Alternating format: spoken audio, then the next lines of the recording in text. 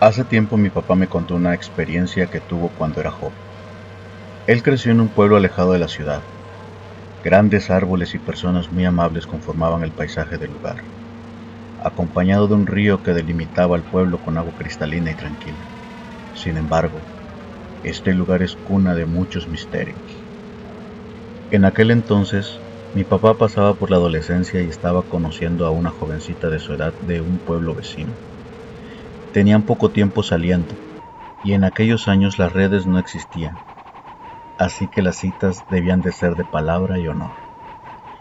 Era otoño, y unas fiestas en el pueblo habían permitido que ellos se vieran y platicaran un buen rato.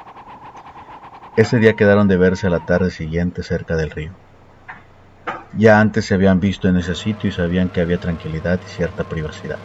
La cita era a las 6 de la tarde, mas mi papá no pudo llegar a tiempo, pues no logró terminar el trabajo en la granja de mis abuelos, ya que se había complicado el parto de una yegua.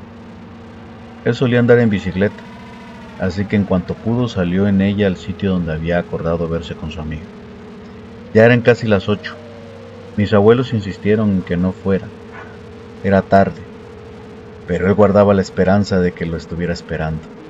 Estaba nervioso y con ese sentimiento culposo de no haber llegado a tiempo.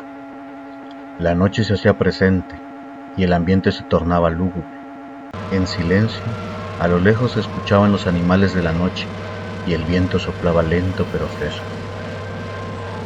Al fin llegó al lugar cerca del río. Ella no estaba donde siempre se veía. Aluzó con su lámpara para ver, pero no la vio. Agachando la mirada empezó a decir su nombre a ver si estaba por ahí. Caminó unos pasos en la orilla del río y al fondo, sobre una piedra, estaba ahí sentada de espaldas, muy callada. Su cabello negro y largo adornaban su vestido que se alcanzaba a mojar. Se veía su silueta con la luz de la luna. Por eso mi papá no prendió más su lámpara. La llamó por su nombre y mientras se disculpaba le explicaba el porqué de su tardanza. Ella se levantó lentamente y giró hacia él. Se veía blanca, pero con una mirada profunda que nunca le había visto. Él pensó que era parte de la molestia de su tardanza. Se disculpó nuevamente y mientras bajaba la mirada, alcanzó a ver su reflejo en el agua. Su rostro era tétrico, de una mujer anciana y monstruosa. Él sintió un escalofrío que lo recorrió por todo el cuerpo. De pronto se quedó paralizado. No podía moverse ni hablar. En su mente comenzó a hacer oraciones y a pedirle al cielo ayuda.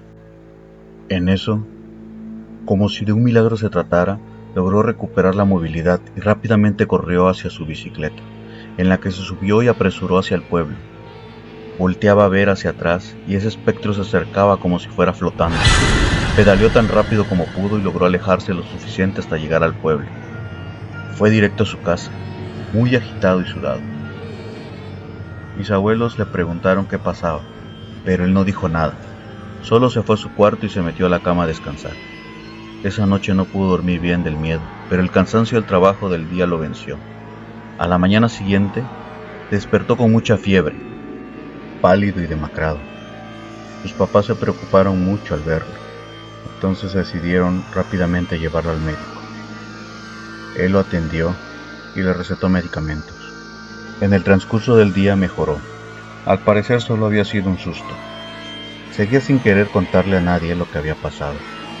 Él pensaba que se reirían de él.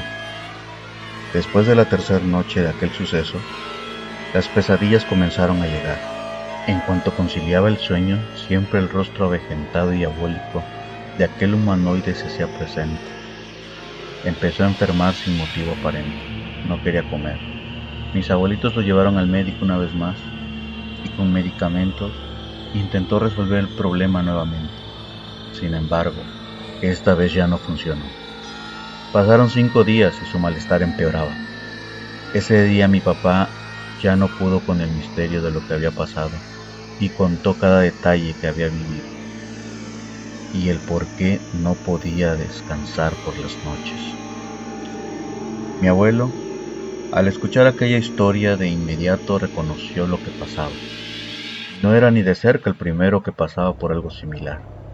Ya varias personas habían visto a aquella mujer en el río. pero ninguno se había acercado a ella. Mi papá por error lo hizo. Fueron a pedir ayuda al cura del pueblo. Él explicó que era la mujer del río, un ser demoníaco que le robaba el alma a los hombres jóvenes. Lo que estaba pasando es que cada noche ella visitaba para robarle su energía hasta quedarse por completo con su alma. El cura pidió apoyo a otros religiosos, porque esa noche esperarían a la mujer del río para hacerle frente. Regaron agua bendita por toda la casa, alrededor de la cama de mi papá, y a él le colgaron un crucifijo. Estuvieron orando durante el inicio de la noche. Al llegar las 12, el ambiente cambió estrepitosamente. Los perros empezaron a aullar. Un frío estremeció el ambiente. La luz se fue y solo podían iluminarse con unas velas que tenían prendidas. De pronto, el grito como de un rugido de animal se escuchó fuera de la casa. El silencio imperó.